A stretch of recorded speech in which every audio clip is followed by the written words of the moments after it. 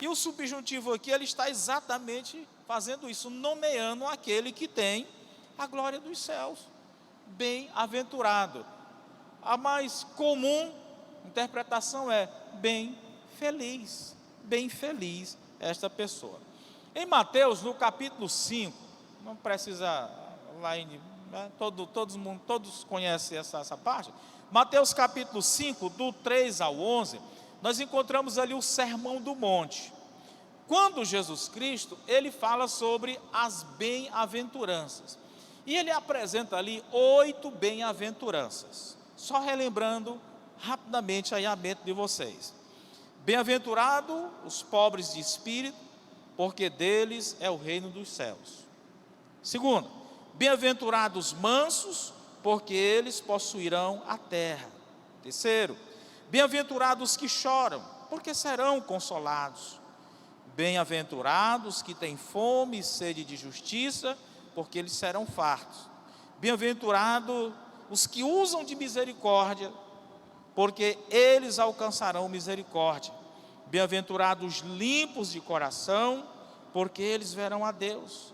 Bem-aventurados pacificadores, porque eles serão chamados filhos de Deus. E a última, bem-aventurados os que padecem perseguições ou perseguição por amor da justiça, porque deles é o reino de Deus. E esse último no Brasil, quem quiser ser justo, vai exatamente padecer perseguições. Então a moda no Brasil é ser injusto, para você viver bem.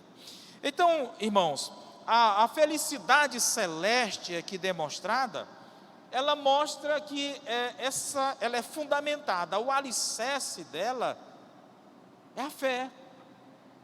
A fé.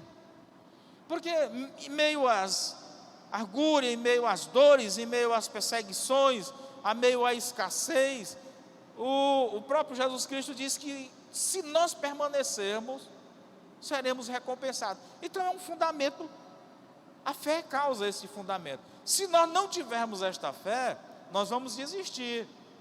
Aquele que é justo vai dizer, não compensa ser justo, então vou praticar a injustiça.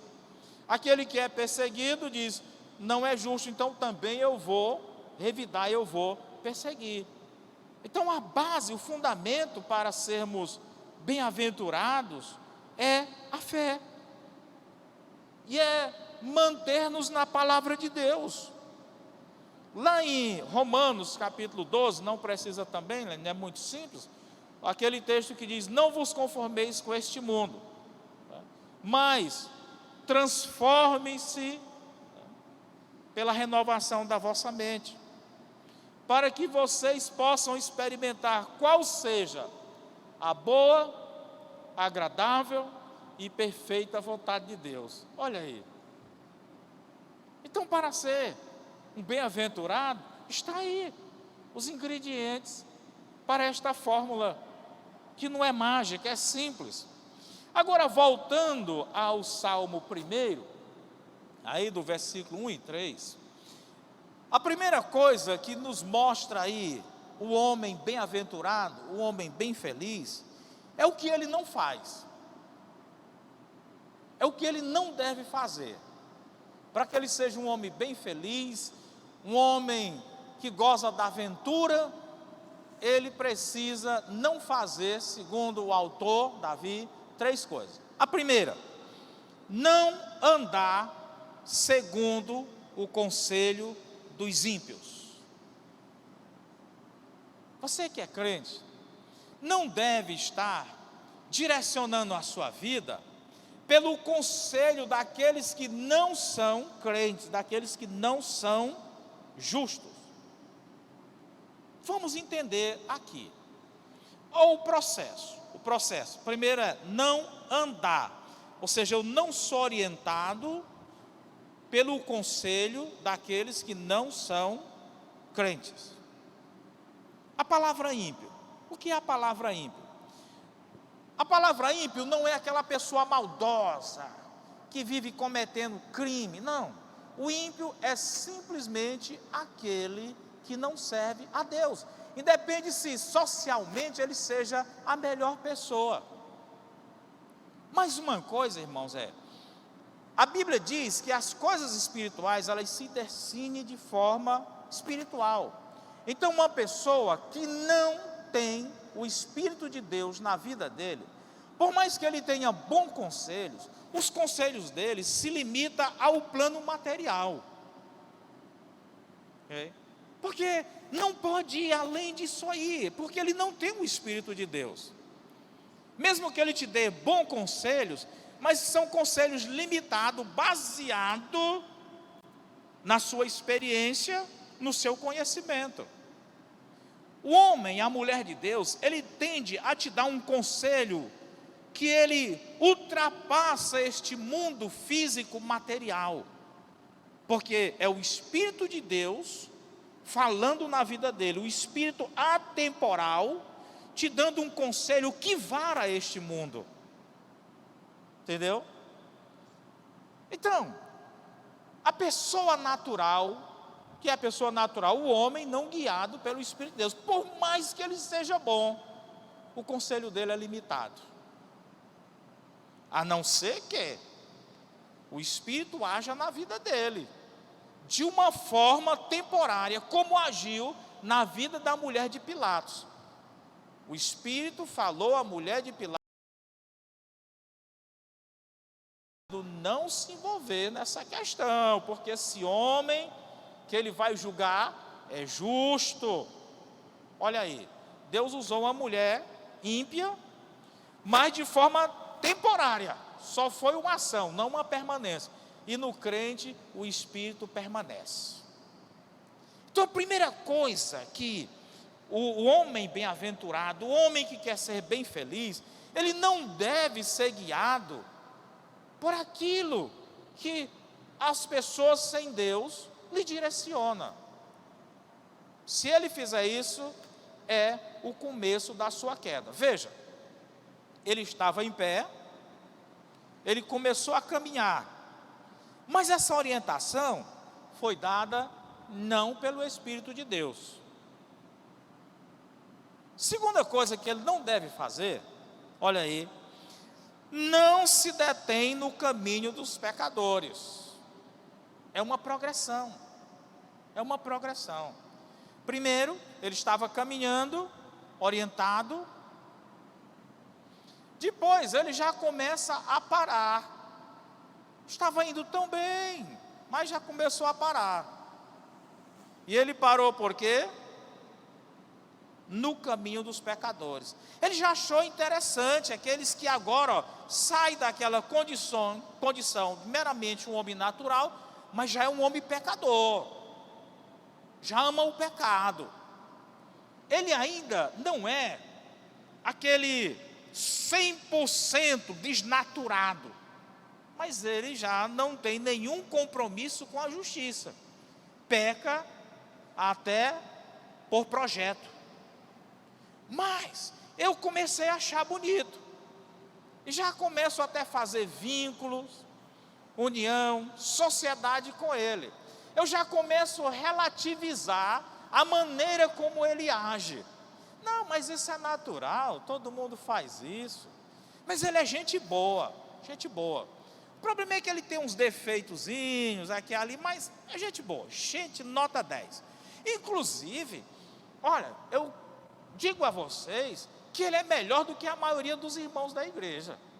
Olha aí, já começou a se deter, já começou a achar bonito.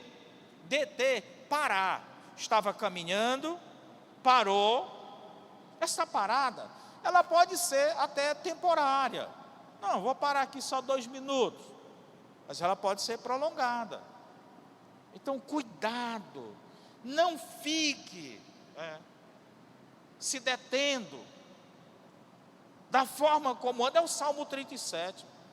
O salmista diz no Salmo 73, ele diz que quase desvalecia, quase escorregava, porque ele olhou para o ímpio e viu que a gordura do ímpio, ele viu a fartura, ele viu a prosperidade, e ele julgou no seu coração: que não compensava ser um justo. Leia depois o Salmo 73. É aqui, ele começou a se deter no caminho dos pecadores.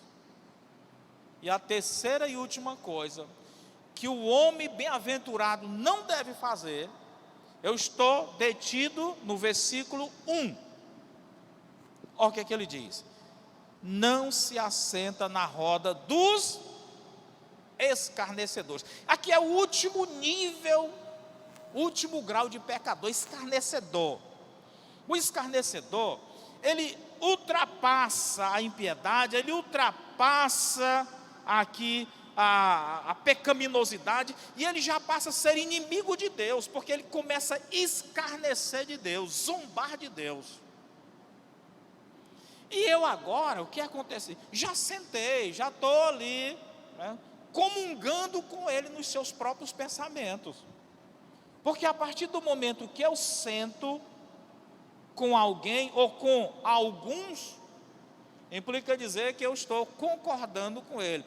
Eu já caí na fase de também escarnecer, mesmo que eu não abra a minha boca, mas eu fico calado, confirmei com ele de fato isso. Escarnecedor, aquele que tira a carne. A pessoa está viva e ele tira a carne. Existem alguns animais escarnecedores, que eles comem a sua presa viva. A águia é uma. Ela crava ali as suas unhas e começa a comer a presa viva. Ela não mata para devorar, ela come viva. É um animal escarnecedor. Entendeu? Escarnecedor. É aqui. Então, irmãos, cuidado. Cuidado para não lustrarmos, brilhar, né, colocar brilho naqueles que não são da igreja, naqueles que não servem a Deus. Não estou dizendo que nós temos que ser inimigos, não. Mantemos um relacionamento convencional, natural, profissional, seja como você queira assim dizer, mas cuidado com os elogios que você tece a ele. Não vou dizer nome, também não vou citar muitos detalhes, porque alguns vão chegar lá se eu citar, mas conheci uma pessoa que ele foi à faculdade, ele era ativo, inclusive ele me deu muita força nos meus primeiros dias de evangelho, era um exemplo, mas ele foi à faculdade, naquela época era muito difícil, estava descartado um pobre ir à faculdade, só existia a Universidade Federal aqui, e ali era só para os filhos de papaizinho, não existiam essas faculdades como hoje existe, nem mesmo aqui a UESP existia. Ele foi, e ali fazendo esse ciclo de amizade, né, o Salmo 1, tudo, ele uma vez citou a seguinte frase: os meus amigos da universidade são melhores do que os próprios irmãos da igreja. Resultado, se desviou do evangelho. Alguns já chegaram lá, já sabem de quem eu estou falando, mas a maioria não sabe, graças a Deus. Também não estou citando o nome de ninguém, né? Estou dizendo uma história. Resultado, se desviou, se tornou um escarnecedor da igreja. Resultado final, morreu antes do tempo. Morreu antes do tempo. Foi prematuramente. Entendeu? Ativo. Provavelmente mais ativo do que todos vocês, ele era ativo na obra da igreja. Você é ativo? Sou. Talvez ele fosse mais do que você. Por que você está dizendo isso, pastor? Porque da mesma forma como ele caiu e foi ceifado antes do tempo, eu posso cair, você pode cair. Então, o Salmo 1, agarremos-nos a ele. Passemos nele cola super bonde, que é para não sair mais, não soltar mais do nosso corpo. E não vamos fazer essas três coisas. Estava andando, parou, agora sentou. Pronto, se acabou. Se acabou. O homem em pé, ele tem condições de reação. Parado, ainda tem reação. Mas sentado, Se você for dar um pico de largada numa corrida, você estando caminhando, é mais rápido. Parado já dificulta, mas sentado não tem como dar pico de largada. Vamos para o 2? Estou dizendo que a mensagem é mensagem de 1 hora. Pois é, né? Mas eu estou obrando milagre. Só esse primeiro ponto aqui era 40 minutos. Só o primeiro ponto.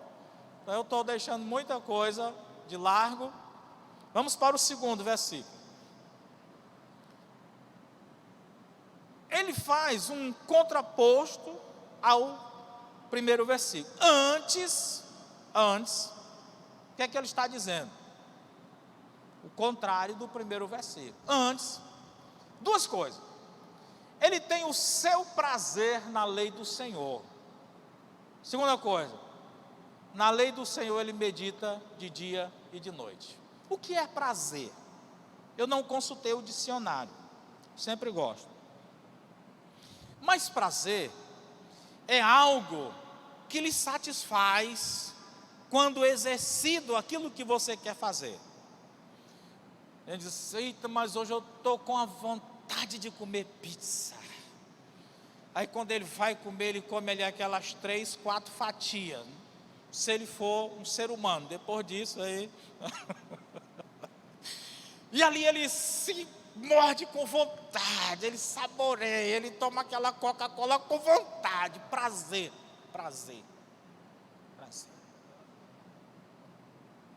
Qual é o seu prazer? Jogar bola. Qual é o seu prazer? Comer. Qual é o seu prazer? Pois é. Então, o homem bem feliz, ele tem prazer na lei do Senhor. Ele se satisfaz, ele se sente realizado. Aqui está o princípio, irmão, de toda mudança. Se nós não tivermos prazer na lei do Senhor, na palavra de Deus, é o primeiro alimento para nós. Morreremos até de inanição se não tivermos este prazer. Então tem que ter o prazer. Pastor, mas eu tenho tentado assim ler a palavra, mas não consigo. Tudo bem, vamos lá. Algumas coisas que para um é prazer, para outros é nojo. Eu vou ser um pouco esdrúxulo, mas vou ser bem. O heterossexual, o homem, ele sente prazer no sexo oposto. Prazer, irmão, prazer. Mas o homossexual, ele sente nojo do sexo oposto.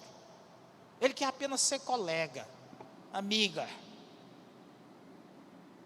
E se o sexo oposto estiver daquele jeito na frente dele, ele sente repugnação, coisa horrível, coisa horrorosa. Está vendo aí como é a coisa? Agora, como fazer para ele sentir prazer no sexo oposto? Pastor, me dê a fórmula. Ah, meu irmão, complicado, porque prazer é complicado. Está aqui, ó. Prazer começa na mente. Vou dizer um negócio aqui para vocês. Eu dou valor um suco de pepino natural. A Vânia, ela pega, joga ele no liquidificador, natural, não tira nada. Aí coa, põe na geladeira. Quando eu chego à tarde, eita, eu tomo, aí eu tenho que me controlar, porque senão estoura a barriga. Pepino, pastor, eu digo mais, eu gosto de comer quiabo cru. Não, pastor, pelo amor de Deus, quiabo cru. Mas sabe, o seu paladar, o seu nariz, ele se adapta.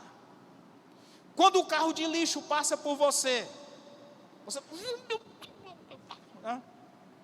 Mas ali tem 3 homens que vão atrás numa boa sem máscara, né? Pega ali, gente, o olfato deles já está adaptado àquele cheiro. Aquilo ali para ele é perfume. E você também poderia sentir o mesmo perfume que ele sente se você fosse trabalhar. As primeiras semanas seria horrível, você de máscara, tudo.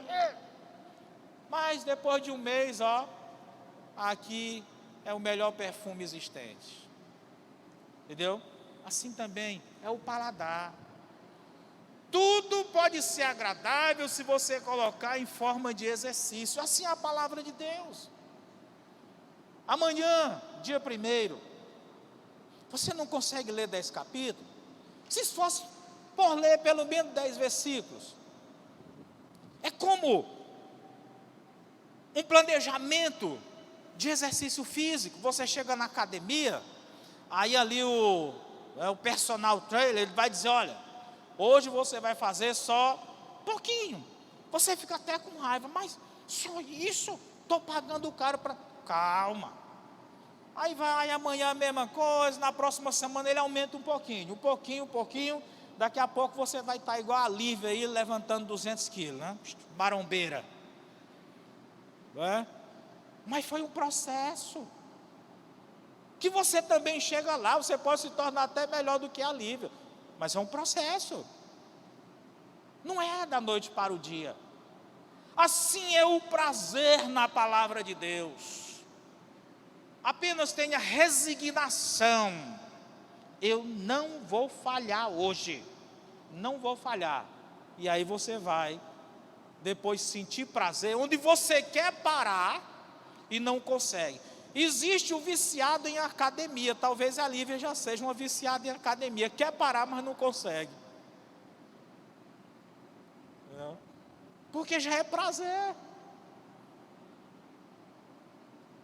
Assim é a palavra. Então o homem bem-aventurado, mesmo que ele queira parar, ele não consegue mais, porque já é prazeroso. Segunda coisa, medita o tempo todo, dia e noite. Por que começa dia e noite? Na lei do Senhor. A palavra aqui no original para meditar é ruminar. É aquele processo por exemplo, do boi. O boi ele come o capim, alguns animais, ovelha. Aí tem um saco escrotal, onde vai parte daquele alimento. Durante o dia ele tira o nutriente da parte que vai de fato, né, para os lugares escusos. E à noite ele faz o processo de ruminação. Ele joga de dentro para fora aquele capim acumulado, ok? E aí ele começa ali deitadinho, mastigando, certo? E ali ele passa 24 horas comendo. É o processo de ruminação. O que ele está dizendo aqui, que nós temos que ruminar a palavra de Deus. Em todos os momentos estarmos ligados nela, pensando, lavando a louça pensando, dirigindo pensando. Então, ele tem prazer e ele faz o tempo todo. Porque naquilo que nós temos prazer, nós gostaríamos de estar o tempo todo fazendo. Bom, se ele faz isso, ele tem agora uma fortaleza embaixo, aos lados e em cima dele. A palavra. Ele tem todo o escudo necessário para ser esse homem feliz. Porque a palavra vai orientá-lo como ele deve proceder sabiamente. Como ele deve viver sabiamente. Como ele aconselhar sabiamente. Ou seja, ele é um homem, ela é uma mulher preparada para tudo. Para viver feliz. Não vai se abater. Não entra Mateus 6, as inquietações. E aí, vamos pular para o último versículo. 3. Pastor, já estou cansado. Calma aí, estou terminando. Primeiro eu disse que o homem bem-aventurado, eu falei das coisas que ele não faz. Segundo, falei das coisas que ele faz. E agora, como esse homem bem-aventurado será? versículo 3. Como ele será? Olha aí. Será como árvore plantada junto ao ribeiro de água. Não tem dificuldade para ela, né? A árvore, ela precisa de sol, ela precisa de água, e ela precisa de adubo para tirar dali, né, os seus demais nutrientes. Ela tendo isso, ela está tranquila. E ela está plantada aí, ó, na beira do riacho, na beira do rio. Tem tudo. Porque o próprio rio traz na sua sedimentação todos os demais nutrientes que ela precisa. E é isso que acontece. Não estamos plantados no deserto. Existem aquelas árvores, nós vamos já ver aí no outro parágrafo, que ela tem um período da escassez de água, que ela, para entrar no modo de sobrevivência, ela joga de si todas as folhas, para ter o mínimo consumo possível de água. E ela sobrevive agora só com o pouco orvalho que cai. Aqui você não tem essa dificuldade. Não tem essa dificuldade. Todo o tempo frondosa. Segue ainda. Dará o seu fruto no tempo próprio. Não precisa inquietação. Aquilo que tem de ser, será no tempo adequado, no tempo correto. Não precisa adiantar nem um mês, nem 2 meses. Naquele mês correto, o fruto ali chega. O que diz a Bíblia? Para aqueles a quem o Senhor ama, até quando eles dormem, o Senhor os dá. Até dormindo, a bênção chega. Paulo diz, Romanos 13, o prêmio não depende de quem quer, o prêmio não depende de quem corre, mas de quem Deus usa de misericórdia. Olha aí, sabe? É aquele filho que o pai gosta de dar presente a ele, porque ele é nota 10, ele nem pediu e o pai chega com o presente. Dá o seu fruto no tempo certo. Não precisa inquietação.